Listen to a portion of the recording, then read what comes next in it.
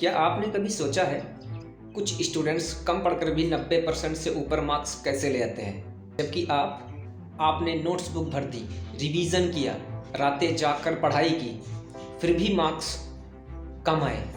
तो सवाल ये नहीं है कि वो ज़्यादा स्मार्ट था या नहीं, सवाल ये है क्या उसे एग्ज़ाम का सही गेम आता था।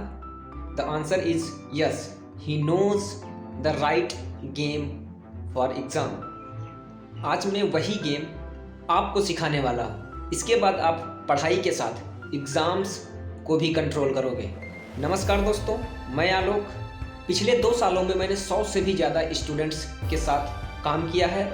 टॉपर्स, एवरेज स्टूडेंट्स और वो बच्चे जो मेरी क्लास में कहते थे सर एग्ज़ाम्स तो बहुत टफ होते हैं। और एक बात मैं पूरे कॉन्फिडेंस से कह सकता हूँ, 90% स्टूडेंट्स पढ़ाई में नहीं एग्ज़ाम एग्जीक्यूशन में फेल होते हैं। आज मैं आपको कोई मोटिवेशन ज्ञान नहीं दूंगा, मैं आपको बताऊंगा ऐसे 5 स्मार्ट एग्ज़ाम टिप्स के मार्क्स में 10 से 15 नंबर तक की ग्रोथ ला सकते हैं बिना एक्स्ट्रा पढ़ाई किए।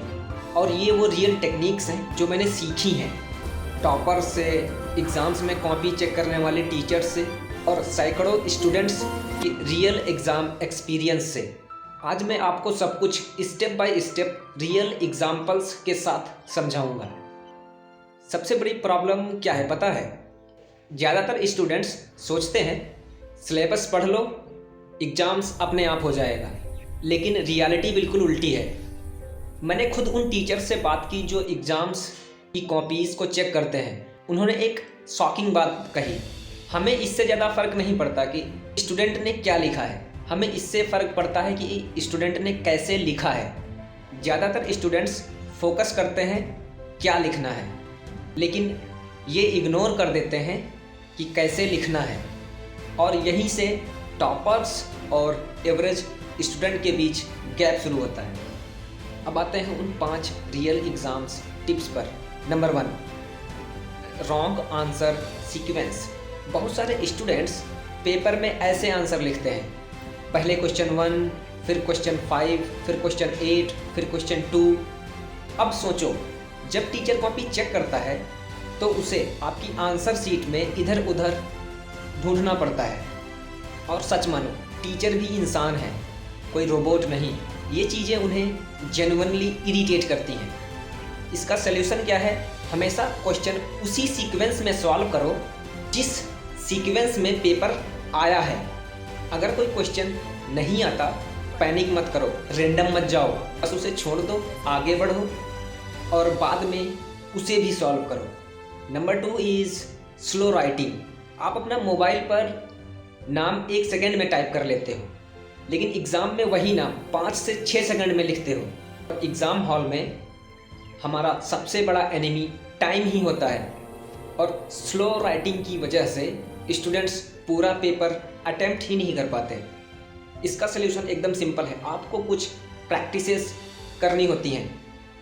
एग्ज़ाम शुरू होने के 10-15 मिनट पहले एक रफ पेपर लो, पेन से उस पर लाइन्स बनाओ, स्ट्रेट, कर्व, जैसी आपकी मर्जी करें। ये एक्सरसाइज आपके हाथ और आपके माइंड को एक रिदम में लाती है। इसके अलावा हवा में अपना नाम या कोई सेंटेंस लिखो, इससे आपकी रिस्ट मूवमेंट और रिस्ट फ्लो दोनों को इम्प्रूव करता है। ये ट्रिक्स स्मॉल लगती हैं, लेकिन एग्जाम्स में ह्यूज डिफरेंस क्रिएट करती हैं। Problem number 3 is cuts and over writing. Answer लिखते लिखते गलती सभी से हो जाती है, जिससे हम कट्स लगाते हैं, ओवर राइट करते हैं। एग्ज़ाम्स में इन चीज़ों को हमें अवॉइड करना है, इससे कॉपी मैसी दिखती है और बिलीव मी, टीचर्स का मूड यहीं से बिगड़ जाता है। इसका सलूशन भी एकदम सिंपल है। जब भी आप 5 या 6 मार्क्स का क्वेश्चन सॉल्व कर रहे हो, तो उस टाइम आंसर सीट के एकदम लास्ट पेज पे जाना है, उस पर साफ लिखना है रफ। उस आंसर से रिलेटेड 4 से 5 मेन पॉइंट लिखने हैं। जब सारे पॉइंट्स क्लियर हो जाएं, तभी फिर आंसर लिखो।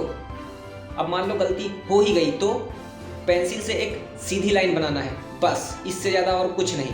Result 0 cutting, neat copy, happy teacher equal to good marks. Problem number 4 is very common, memory blank. सबसे स्कैरी मोमेंट, जब आप एग्ज़ाम हॉल में बैठे हो और आंसर बिल्कुल याद नहीं आता। इस सिचुएशन में डर के मारे बहुत सारे स्टूडेंट्स क्वेश्चंस छोड़ देते हैं। अगर आंसर याद नहीं आ रहा, पहले टॉपिक पहचानो, फिर चैप्टर के बारे में सोचो। फिर जब थोड़ा बहुत आपको याद है, उस क्वेश्चन या टॉपिक से रिलेटेड एक डिसेंट सा पैराग्राफ लिख दो। टीचर्स पूरा आंसर नहीं पढ़ते, वे सिर्फ ऊपर से स्कैन करते हैं। अगर उन्हें लगा कि स्टूडेंट ने जेन्युइन एफर्ट किया है तो 2 से 3 मार्क्स दे ही देते हैं। खाली छोड़ोगे तो 0 मिलेगा, लिखने से तो कुछ मार्क्स मिल ही जाएंगे। Something is better than nothing. Last problem is presentation, जो टॉपर्स इस्तेमाल करते हैं, जो टीचर्स को भी पसंद आती है। प्रेजेंटेशन में हम सबसे पहले कीवर्ड स्ट्रेटजी की बात करते हैं। जब भी आंसर लिखो, इम्पॉर्टेंट वर्ड्स को अंडरलाइन करो। फॉर एग्जांपल, आप फोटो सिंथेसिस के बारे में लिख रहे हैं तो उसमें हम कुछ वर्ड्स को आइडेंटिफाई करेंगे, जैसे कार्बन डाइऑक्साइड, क्लोरोफिल, सनलाइट। इससे टीचर्स की नज़र सबसे पहले अंडरलाइंस वर्ड पे जाएगी।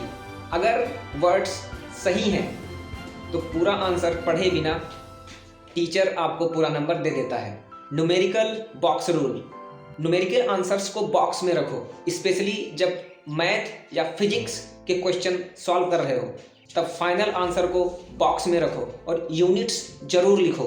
टीचर सबसे पहले बॉक्स